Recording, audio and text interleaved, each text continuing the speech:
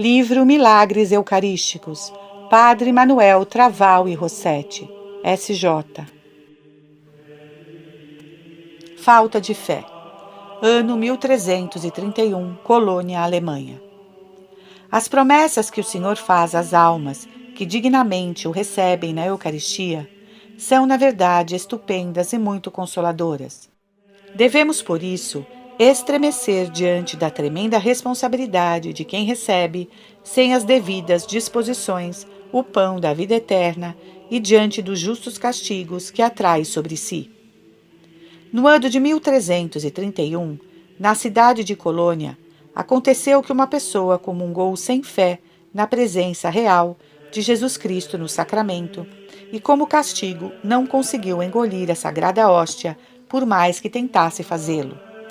Instigada pelo demônio, lançou então a hóstia ao chão, e no mesmo instante ela se transformou num menino pequeno. Uma imensa multidão testemunhou o prodígio. Os enfermos que se aproximavam daquele lugar ficavam imediatamente curados, e a piedade dos fiéis fez com que se construísse ali mesmo uma igreja, em cujo frontispício se gravou a inscrição: Corpus Christi. Comunhão maravilhosa. Ano 1333, Bolonha, Itália. Vivia em Bolonha a menina Imelda de Lambertini. Desde sua mais tenra infância, foi notória a extraordinária atração que sentia pelos exercícios de piedade. Enchiam-se os olhos de lágrimas quando ouvia relatar uma história edificante, e aos 10 anos de idade obteve permissão dos pais para entrar no convento das religiosas dominicanas, abandonando com grande alegria a opulência e a comodidade de sua casa, para poder um dia consagrar-se com votos irrevogáveis ao Senhor. Na vida religiosa era muito exemplar, distinguindo-se particularmente pela grande devoção a Jesus sacramentado. Sofria muito por não ter ainda a idade que então se requeria para fazer a primeira comunhão, mas o Senhor não tardou em atender seus desejos.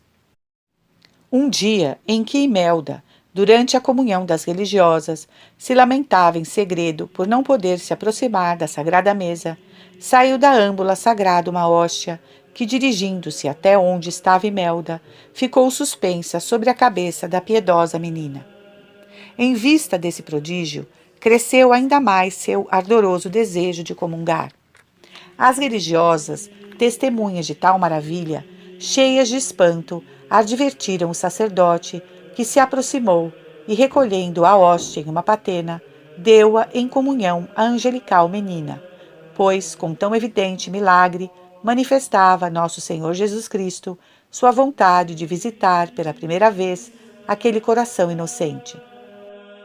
Imelda, no cúmulo de sua felicidade, cerrou os olhos como se entregue a um plácido sonho e expirou, voando sua alma ao céu naquele dia 12 de maio de 1333.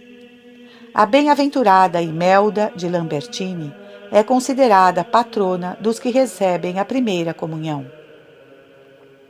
Aranha horrível. Ano 1396, Londres, Inglaterra. O heresiarca Wycliffe ambicionava a glória de ser contado entre os mais sábios teólogos de seu tempo, e para chamar sobre si a atenção do mundo cristão, que o olhava com desprezo, começou atacando a instituição divina da Igreja Católica, a autoridade infalível do Papa e o dogma eucarístico da transubstanciação. Um de seus sequazes, que exercia a profissão de sapateiro, foi acusado por heresia e levado diante do tribunal eclesiástico presidido pelo santo arcebispo de Cantuária, Tomás de Arundel. Perguntaram-lhe os do tribunal acerca da heresia que professava, e com sólidas razões trataram de refutar seus erros e convertê-lo à verdadeira fé da Igreja Católica, mas tudo resultou inútil, porque sustentava pertinazmente que a Eucaristia não era mais que um pão bento. Então o santo presidente do tribunal lhe ordenou que fizesse reverência à hóstia sacrossanta, ao que respondeu o blasfemo, que na verdade considerava mais digna de reverência uma aranha do que aquilo que lhe mandava adorar. Nem bem tinha pronunciado essas palavras, quando do mais alto do teto desceu uma enorme e horrível aranha, que se lançou sobre o rosto do blasfemo, procurando de todas as formas entrar em sua boca. Muitos dos assistentes acudiram para ver se a afugentavam, e somente com grande esforço conseguiram. O arcebispo levantou-se logo com os demais do tribunal, declarando ao povo o que havia obrado a mão do Senhor, castigando aquele blasfemo da Sagrada Eucaristia. Estava presente o príncipe Tomás, duque de Oxone, que era então chanceler do reino, e testemunhou o prodígio. O Divino Menino. Ano 1427, Saragoza, Espanha. Entre os muitos prodígios que obrou o Senhor para dar testemunho contra os infiéis da presença real e verdadeira de Cristo, nosso Senhor, no sacramento da Eucaristia, é célebre a admirável aparição do Divino Menino sacramentado, verificada na Catedral de Saragoza no ano de 1427. Sendo arcebispo daquela igreja Dom Alonso Arguello. Eis aqui o relato que nos deixou escrito o doutíssimo Dorner, arcipestre daquela sé metropolitana. Diz assim: consultou nesta cidade uma mulher casada a um ímpio curandeiro, que remédio poderia dar para que seu marido, que era de condição muito áspera e desabrida, não a tratasse com tanta dureza. Respondeu-lhe o infame mouro que conseguiria mudar o temperamento do marido e ser amada por ele. Mas, para fazer o remédio, seria preciso obter uma hóstia consagrada. Prometeu-lhe a supersticiosa e malvada mulher que ela mesma a traria e a poria em suas mãos, e para isso foi confessar e comungar na capela paroquial de São Miguel, que há na referida catedral. Depois de ter recebido a sagrada comunhão, tirou, com diabólica astúcia da boca a hóstia consagrada, pondo-a num cofrezinho que estava para isso preparado. Foi-se logo à casa do mouro para lhe entregar. Mas o que aconteceu? Ao abrir a caixinha, viu com grande espanto que em lugar da hóstia santa havia um pequenino e formoso menino, que despendia de si admiráveis resplendores. Atemorizada a mulher, à vista daquele portento, não sabia o que fazer, se devia divulgar o prodígio ou consumar sua sacrílega iniquidade. Disse-lhe então o mouro que tomasse o cofrezinho com o menino e queimasse tudo ocultamente em sua casa. Procedeu assim a atrevida mulher, mas logo observou que, abrasado já e reduzido a cinzas o cofrezinho, ficava o menino totalmente ileso, lançando de seu corpinho raios de luz maravilhosa. Confusa e fora de si, a mulher, com essa nova maravilha, retornou à casa do criminoso conselheiro para dizer-lhe o que tinha passado. Tremeu então o mouro, ouvindo as palavras da mulher. Encheram-se os dois de confusão e espanto, temendo alguma terrível vingança do céu, se não se rendessem diante daquele prodígio e não fizessem penitência de seu pecado. Determinaram, pois, irem ambos à sé, ela para se confessar e ele para dar notícia do sucesso do vigário-geral, como de fato fez, pedindo-lhe, ademais, com muitas lágrimas, a graça do santo batismo. O senhor arcebispo Dom Alonso, recebendo logo notícia do ocorrido, determinou que se averiguasse muito bem o caso e que fossem consultadas pessoas graves e doutas sobre como proceder. E todos os consultores, convencidos da veracidade daquele extraordinário prodígio, concordaram em que se devia restituir processionalmente o menino Jesus sacramentado, desde a casa da mulher até o santo templo. Ordenou-se, pois, naquele mesmo dia, que era sábado, uma procissão geral, a que assistiram os cônegos da Igreja do Salvador e os da Igreja do Pilar, o clero secular e regular, os magistrados da cidade, a nobreza e o povo. Fechava a magnífica procissão o senhor arcebispo, que debaixo do pálio caminhava, levando em suas mãos, com grande reverência, o divino infante reclinado numa patena de ouro. Todos os olhos, cheios de lágrimas, se punham no maravilhoso menino que, na sua passagem, arrebatava o coração de todos. Chegada por fim a procissão à Sé, foi depositado o santo menino sobre o altar de São Valério, para satisfazer aos desejos da multidão ansiosa de vê-lo, e terminou-se esta solene transladação com uma piedosa prédica que pronunciou o senhor arcebispo, muito comovido por tão grande maravilha. Deixou-se manifesto o Deus menino sobre o altar todo o resto daquele dia e toda a noite, para que o católico povo de Saragossa o olhasse e venerasse à vontade. Na manhã do dia seguinte, que era domingo, celebrou o prelado naquele mesmo altar a missa do Santíssimo Sacramento. Então aconteceu outro caso maravilhoso. E foi que, ao chegar o arcebispo celebrante à cerimônia do ofertório, desapareceu o admirável menino da patena em que estava, deixando em seu lugar a sagrada hóstia que foi consumida pelo senhor arcebispo na comunhão. Cresceu desde aquele dia em todo o povo de Saragossa a fé no sacrossanto mistério de nossos altares. No arquivo do Cabido Metropolitano se conserva o relato do milagre, atestado por inúmeras testemunhas, e a arte, com seus primores, o perpetuou nas grandes telas que adornam a capela de San Dominguito del Val. Cidade do Sacramento, ano 1453, Turim, Itália. Turim é conhecida como a Cidade do Sacramento. A história de tão honroso título é a seguinte.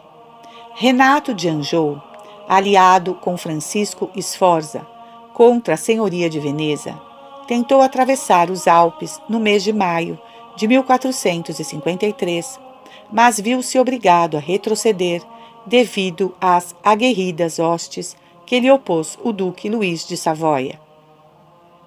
Diante desse inesperado contratempo, enfureceram-se os soldados do duque de Anjou e saquearam o castelo de Exilles, situado no vale de Oux, na extremidade do Delfinado, entre os Alpes e o Dora. Um dos militares, mais ímpio que seus companheiros, teve a audácia de arrombar a porta do sacrário da igreja paroquial, roubando a custódia de prata com a sagrada hóstia que nela estava. Depois disso, envolveu-a num saco de roupa atado com cordas muito fortes e colocou tudo em cima de uma mula. Terminada a guerra, voltaram à sua pátria os soldados, e ao passar pela praça de São Silvestre, em Turim, diante da paróquia deste mesmo nome, a mula que levava o saco com a roupa e a custódia se deteve e se ajoelhou. O dono lhe bateu com paus para que se levantasse e continuasse andando. Mas, de repente, se romperam as cordas que sujeitavam o saco e apareceu a custódia. Ó prodígio! Suspensa no ar e irradiando celestial resplendor. Os 12.000 habitantes que então tinha a cidade de Turim foram testemunhas daquela maravilha. Acudiu logo ao local do milagre o senhor bispo Dom Luís Romagnano, revestido de paramentos pontificais e acompanhado de procissão, adorando a sagrada hóstia com todo o clero e o povo. Sucedeu então outro prodígio, porque de repente abriu-se a custódia e caiu ao solo, permanecendo elevada no ar a hóstia, transformada em sol resplandecente. Atônito, o prelado mandou que se trouxesse um cálice e, levantando-o ao alto, rogou ao Senhor se dignasse descer ao vaso sagrado. A hóstia sacrossanta recolheu então seus intensos resplendores, tomou a forma costumeira e, descendo com majestosa lentidão, colocou-se no cálice, sendo a seguir levada em triunfo pelo prelado à catedral, entre lágrimas de ternura e cânticos de louvor. Esteve na catedral a sagrada hóstia até que se fez um magnífico tabernáculo, e depois se trasladou a uma capela que se converteu mais tarde num suntuoso templo que atualmente existe, sob a denominação Corpus Domini. Confirmam a autenticidade desse milagre os 4 bispos e os 24 arcebispos que sucederam ao prelado de Dom Luís Romagnano, na Sé de Turim. Os sumos pontífices Urbano VIII, Inocêncio X, Clemente XI e bem-aventurado Pio IX, que enriqueceram o suntuoso templo do Corpus Domini com indulgências, bem como uma infinidade de documentos eclesiásticos e civis, e as histórias e monografias de Turim, chamada com toda razão a cidade do Sacramento. O Messias Prometido. Ano 1554, Valência, Espanha. Um judeu convertido ao catolicismo contraiu grave enfermidade e, ao ver-se em perigo de morte, rogou encarecidamente que fosse chamado o arcebispo de Valência, São Tomás de Vilanova, ao qual confiou, antes de morrer, o seguinte relato. Eu era menino e ainda não tinha abandonado a religião judaica, à qual pertencia toda a minha família. Indo a caminho para cumprir um encargo de meu pai, acompanhava-me um amigo, jovem como eu, e os dois nos pusemos a falar a respeito do Messias prometido e sempre esperado pelos hebreus. Em nossa conversação, animada de boa fé, exprimíamos sincero interesse de que o desejado das nações nascesse em nossos dias para que tivéssemos a felicidade de contemplá-lo. E quanto mais discorríamos, mais se inflamava nosso desejo de sermos os primeiros a saudar o enviado de Deus. Já era noite. De repente, uma maravilhosa claridade iluminou uma parte do céu. Era como se naquela direção se tivesse rasgado o azul do firmamento. Lembrei-me então de um conselho que em várias ocasiões meu pai me dera. Se eu algum dia chegasse a presenciar um fenômeno extraordinário, logo me apressasse a pedir uma graça ao Senhor. Meu companheiro e eu nos pusemos de joelhos, suplicando a Deus se dignasse mostrar-nos o Messias prometido. Estávamos assim em oração, quando vimos aparecer no meio de uma luminosa auréola um cálice resplandecente e acima dele uma hóstia. Assombrados num primeiro momento pelo prodígio, logo nos sentimos maravilhosamente fortificados, compreendendo que era ele o único e verdadeiro Messias. A fé tomou conta de nossos corações e demos graças a Deus por nos ter iluminado com a verdade.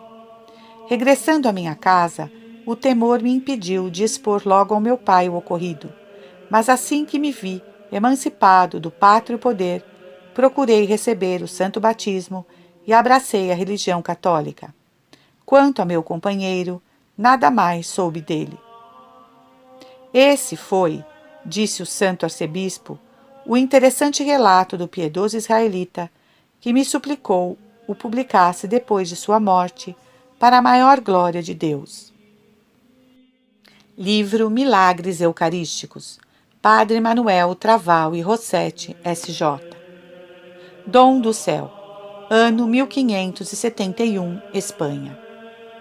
Santa Teresa de Jesus, glória insigne da nação espanhola, preclaro ornamento da Ordem Carmelita, notabilíssima doutora da teologia mística, mulher extraordinária pela grandeza de alma e verdadeiramente forte pela invencível constância em levar a cabo as mais heróicas empresas, foi tão excelente na devoção à Eucaristia Sagrada, síntese e origem de todo o cortejo de virtudes que adornaram seu privilegiado espírito, que o Senhor não hesitou em favorecê-la com o prodígio singular. Com efeito, eram tão agradáveis a Deus as disposições com que se preparava para receber a comunhão, que certo dia, ao apresentar-se diante da mesa eucarística, foi arrebatada em êxtase e ergueu-se do solo em levitação, de tal forma que o sacerdote não alcançava dar-lhe na boca a sagrada hóstia. Aconteceu então que esta, escapando subitamente de seus dedos, voou até a boca da santa, para a admiração geral de todos os presentes, que viram assim realizado de modo maravilhoso o vivo anelo de Jesus sacramentado de unir-se a uma alma que se havia desapegado de tudo quanto é terreno e somente desejava a vida de Cristo nosso Senhor. A Sagrada Hóstia do Escorial. Ano 1572, Gorkâmia, Holanda. Na sangrenta rebelião dos Países Baixos contra a soberania da Espanha, os hereges Zwinglianos entraram violentamente em Gorkâmia, cidade holandesa, e, de acordo com seu bárbaro e sacrílego costume, profanaram os templos, derrubaram as imagens e, na catedral, levaram seu furor até o extremo de profanar o sacrário. Lançaram as hóstias consagradas ao solo e, com desprezo, as pisotearam. Na hóstia, que no Escorial ainda hoje se conserva, notam-se 3 ferimentos, os quais, segundo se diz, foram produzidos pelos pregos do calçado de quem as pisou. E deles começou a brotar sangue no momento mesmo em que foi cometido tal horrível sacrilégio. Um dos hereges, ao observar tal maravilha, sentiu-se cheio de respeito e veneração e, ao mesmo tempo, de terror pela enorme profanação que acabava de cometer. O espanto o impedia de mover-se, mas por fim saiu da igreja aterrorizado e foi contar o acontecido ao sacerdote responsável por ela, de nome João van der Delf, que, em companhia do herege, se dirigiu ao templo, tomou a hóstia santa e, com grande segredo, saíram ambos de Gorkâmia, refugiando-se em Malines, onde a depositaram num convento de religiosos franciscanos. O já arrependido herege não quis separar-se daquela milagrosa relíquia e, abjurado seus erros, tomou o hábito franciscano para limpar com a penitência, na presença da divindade existente naquela hóstia, a terrível ofensa que contra ela havia ousado cometer. Naquele convento esteve algum tempo a sagrada hóstia, até que, para evitar sua profanação pelos hereges que ameaçavam tomar a cidade de Malines, cujo ódio a tão augusta relíquia era notório, foi trasladada a Viena e depois a Praga. Mais tarde, a nobilíssima e cristã senhora, Dona Margarida de Cordona, da ilustre família dos duques de Cordona, conseguiu que tão preciosa relíquia fosse presenteada ao rei Felipe II, o Prudente, no ano de 1592, sendo imperador dos romanos o rei da Hungria e Boêmia, Rodolfo II. Para seu envio, aproveitou-se a viagem à Espanha de um embaixador especial do rei da Hungria, que levou tão desejada relíquia numa preciosa caixa de prata fechada e selada, e juntamente com ela todos os documentos e escrituras de sua autenticidade, dos quais se infere que a Sagrada Hóstia já está há mais de 400 anos consagrada, permanecendo, não obstante, tão branca e formosa como se o tivesse sido recentemente. Os 3 ferimentos estão manchados de sangue, como que coalhado, mas ostentam a cor, ainda que muito debilitada pelo transcurso do tempo. O católico rei Dom Filipe recebeu o inestimável presente com a veneração que se pode imaginar em monarca tão piedoso e de tão sólida fé, e mandou que se depositasse entre as infinitas e valiosas relíquias que tinha acumulado na grandiosa Basílica de São Lourenço. Carlos II, que tinha particular devoção à Santíssima Hóstia, ordenou que fosse colocada em altar separado na sacristia. A solene trasladação se verificou no dia 19 de outubro de 1680, na presença do rei, da família real e dos grandes da corte. Feita a trasladação, pareceu ao rei que conviria erigir um altar que correspondesse, na medida do possível, a divindade do objeto que nele se venerava e a grandeza e majestade do edifício, e que, ao mesmo tempo, se harmonizasse com a riqueza e beleza da capela. Em 1684, iniciou-se o belíssimo altar que ocupa toda a frente da sacristia, sendo encarregado do desenho e execução José Del Olmo, mestre-mor das obras reais, e dos adornos de bronze Francisco Filippini, relojoeiro e ourives do palácio.